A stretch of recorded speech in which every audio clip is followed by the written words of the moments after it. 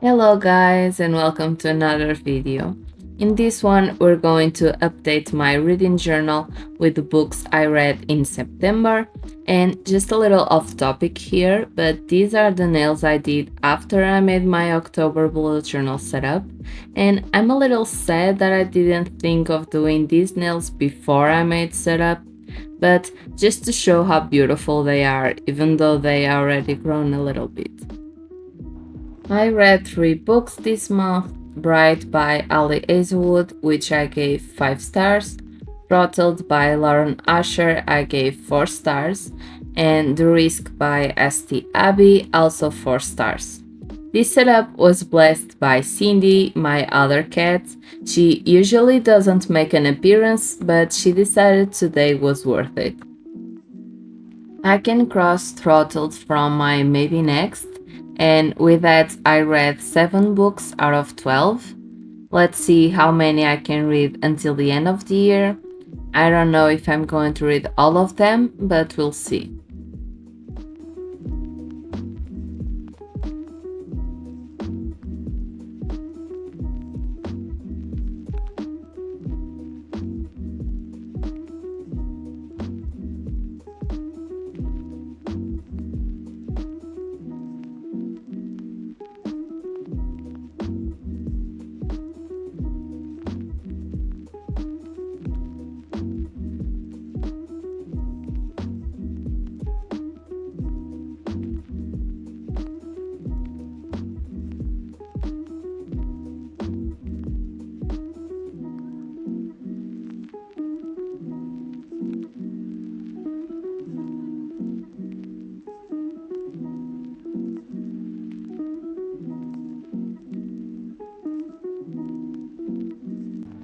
This month, the books I read didn't make it in any of the challenges, so we'll skip them, unfortunately.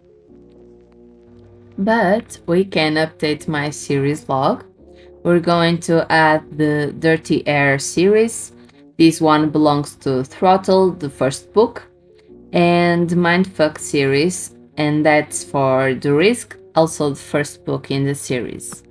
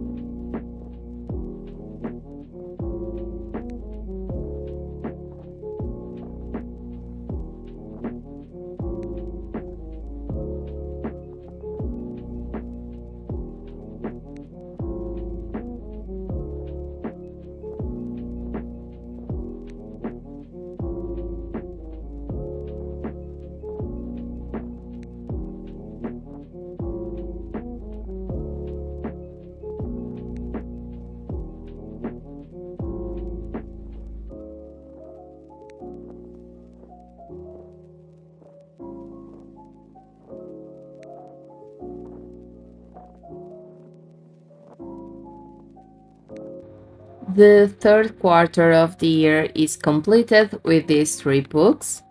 And so, as I said, Bright I gave 5 stars and a 3 in the spice rating. A nice surprise because I wasn't expecting to like this story as much as I did. That's because, as a dark romance girly, I'm not into the other books that Ali Hazelwood wrote, the nerdy and fluffy kind of romance, but this one was amazing. I also thought that this book was a standalone, but I recently read online that Bright is going to have another book that follows the romance between her best friend and another werewolf, so that's exciting. Then I read Throttled. I gave 3.5 in the spice rating. This book also surprised me because in the beginning I wasn't really liking it, but then it grew on me. And last but not least, I read The Risk, the first novel in the Mindfuck series. And I love stories about serial killers and FBI and all of that, so I wanted to read this one for a long time. And I also gave it 3.5 in spice rating.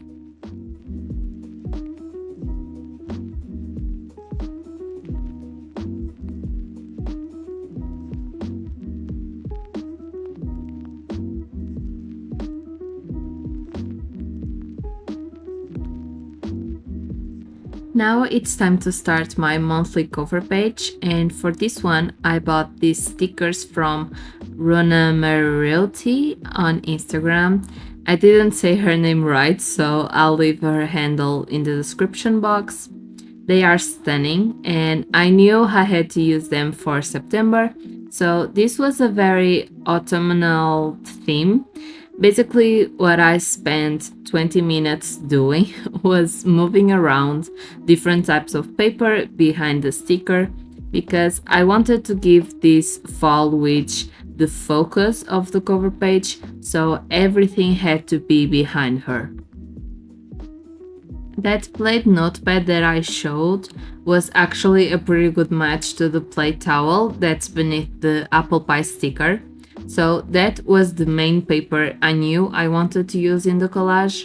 And then it was pretty much laying things around, see what I liked, what didn't fit very well with the rest. You know, scrapbooking is very trial and error, especially when you want to group different types of materials, but I'm glad with how it turned out.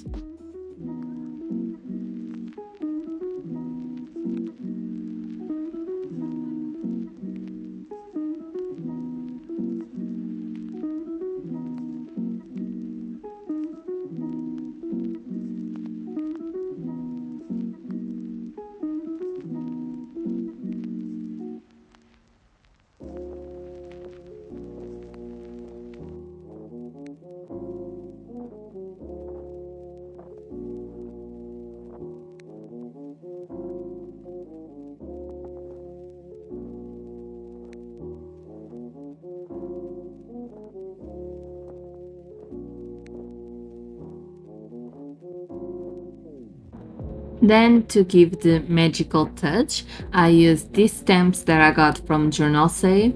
I actually made a video unsponsored of the unboxing of this set, so if you want to see what I got after this setup, I have the video down below.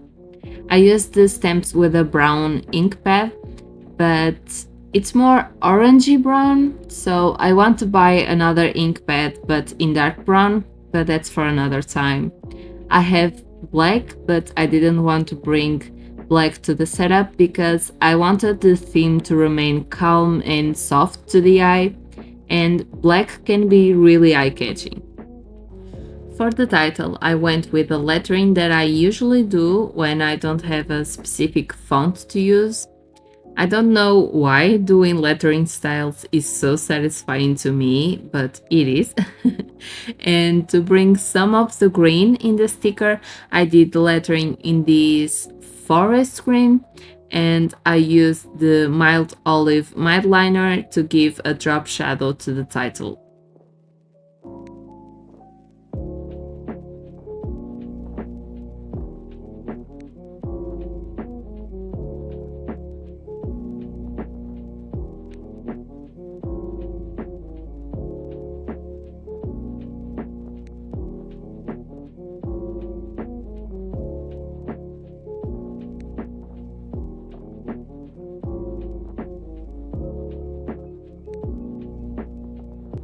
I did the title on a separate piece of baking paper because I wanted to layer it on top of the collage, but since the paper is a little bit transparent, you can see what's beneath it.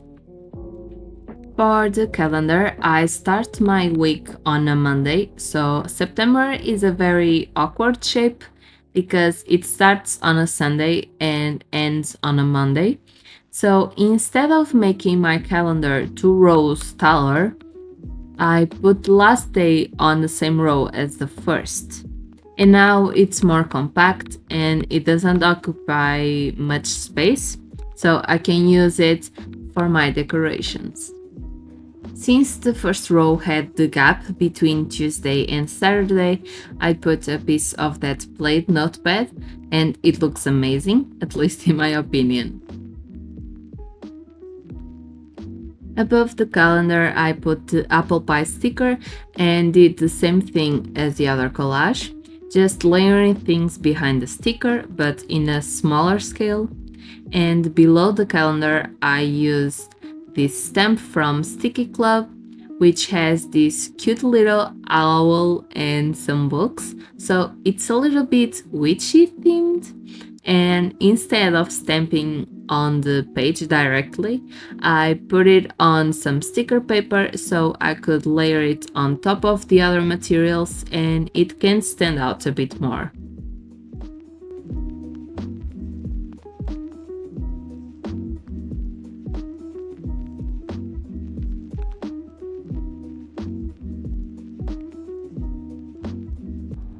If you watched any of my reading journal videos, you know what's coming next.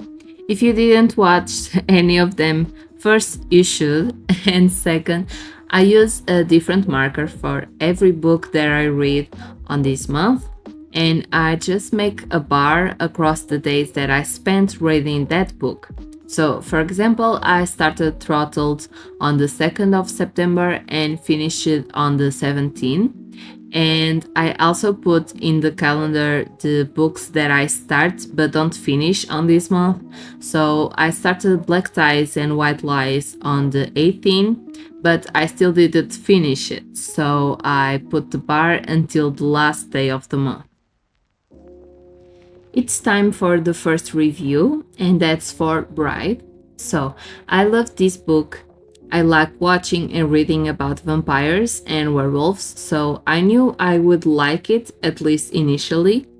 But the story was so good. I didn't expect the story to be so intriguing. The plot twists, I didn't see them coming at all, and I really liked the characters. Each of them has their own personality, and Misery, the female main character, which is the vampire, is honestly so relatable. I love her. She's so cold and has this dark and sarcastic personality, but she only wants to be loved and cared for. And even though she's portrayed as this cold-hearted and emotionless person, she's so caring. I really liked Lo as well. He's the male main character and werewolf, and I still didn't talk about the story, so Misery is searching for her human best friend that disappeared without a trace, and she only has the initials of a name that may be connected to her disappearance. That's when her father tells her that she needs to marry the alpha werewolf to keep the peace between their species. And she doesn't want that until she learns that the alpha has the same initials as the ones that her best friend left behind. And that's when she accepts to marry Lo and live with the werewolves during a year and search for answers. I was showing the book and I put those corner things to protect the cover of the book. I'm doing that on my favorite books, the ones I know I'm not going to sell secondhand or give to friends, and that way it gives a little something to the book and protects the corners because they end up a little damaged in the bookshelves, so that's a good and cute solution to the problem. So, more about the story. You can feel the tension between Lo and Misery really early in the story, and then there's this whole thing about Lo's mate, and that's a misunderstanding that left me confused in the beginning. But then my theory was correct.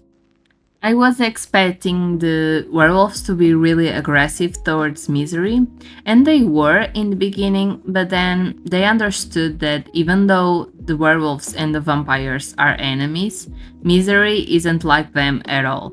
So this book deserves 5 stars for sure.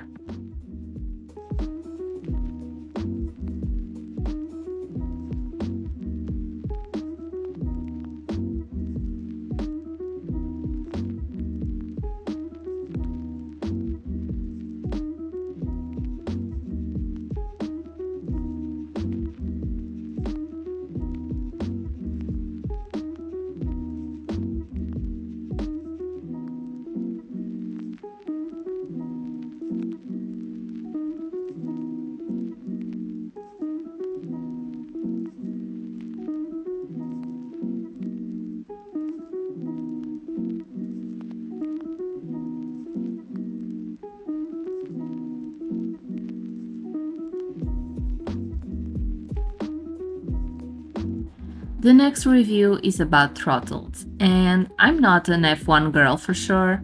I don't like cars. I have a license, but I hate driving, so this book was an experience for me. I could give this book 5 stars, but it didn't really felt like it was for me.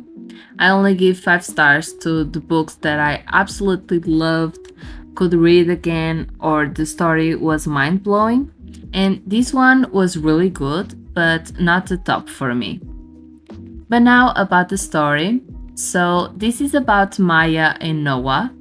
Noah is the Formula One royalty and the rival of Maya's brother. And Maya is invited to join her brother while he competes for the World Championship, not as Noah's rival, but as teammate. She's a blogger and she takes advantage of this trip to work on her vlog and interviews many drivers. Of course, they get off on the wrong foot at first, but the attraction between them grows every day and it becomes really challenging to hide that from her brother. Noah, of course, is very attracted to Maya as well, but he's a playboy, never sleeps with the same woman twice, and Maya is looking for a steady relationship, not a friends with benefits situation. Noah has a very difficult relationship with his family, especially his father, which was a legend of the F1 in his time, so it puts so much pressure on Noah, and he's abusive. And because of that, Noah doesn't know how to give Maya what she needs. And what surprised me was that after Noah made a stupid mistake and he saw what he did to Maya, he decided to go to therapy. Yep, he went to therapy by himself and worked on his traumas and how to be the man Maya wants and needs. I was really anxious about the hiding their relationship thing, and in the end, it was a bit anticlimactic, but overall, I really liked how the characters grew, and Noah made peace with his past and dealt with his family, and it was really wholesome. The communication scene between Noah and Maya in the final race for the championship was so cute. It left me smiling while reading it. Again, not my favorite story of the year, but a good read for sure.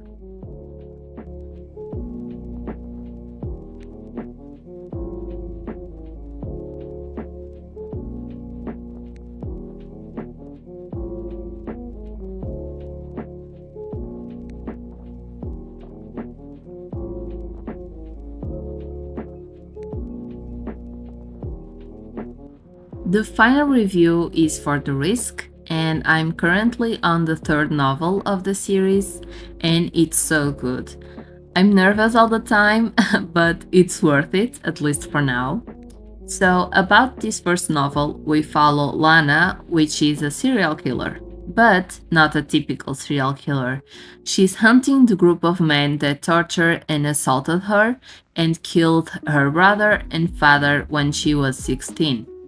So she's on a mission and she's helped by Jake, which is her friend, and he helps hacking the houses and phones. While she's on a coffee shop or a bar, I can't really remember, she spots a man and she's profiling him.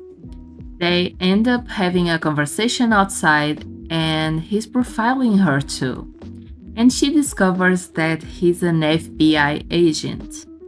This agent is Logan, a profiler, and he's part of a team that's working on her case and another serial killer case, the Boogeyman. They begin a relationship. Lana is not with Logan for informations or anything like that. She really likes him, and she knows that's very dangerous. She's literally killing men and has this whole room in her house related to her mission, while an FBI agent comes by her house.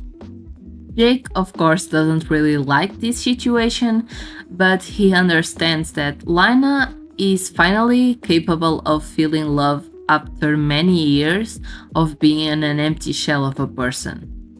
I really liked this story. It ends on a cliffhanger, so if you want to read this series, Be sure to buy all the books because they all end on massive cliffhangers.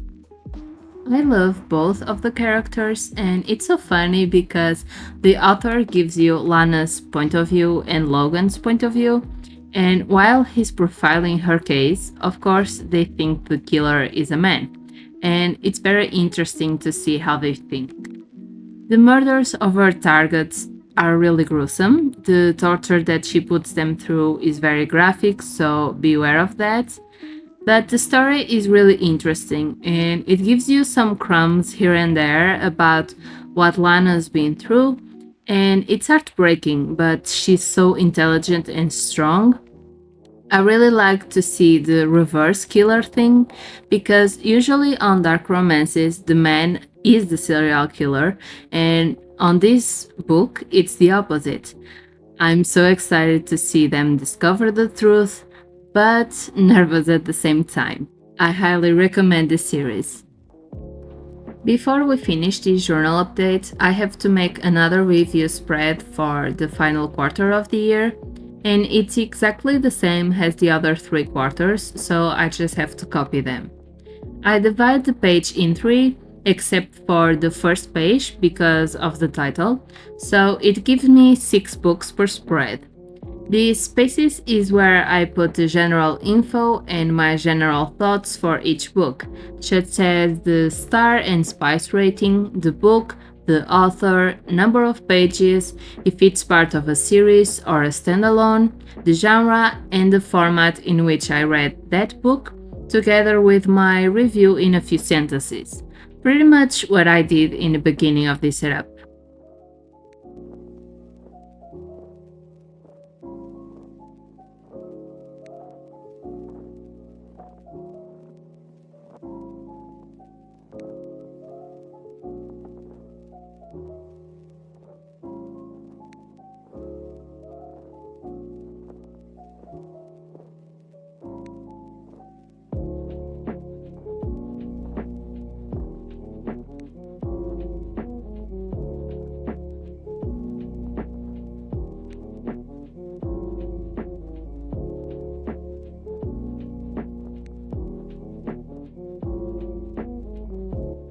It's time for the final flip through. I hope you guys enjoyed this reading journal update. If you have, leave a like and subscribe, and leave a vampire emoji in the comments so I know you made it this far. I really love how the cover page of September turned out, and it was another good reading month for me. I'm really excited for October because I'm planning to finish the Mindfuck series and maybe read 1 or 2 more dark and spooky books. We'll see. Thank you for watching and I'll see you on the next one. Bye!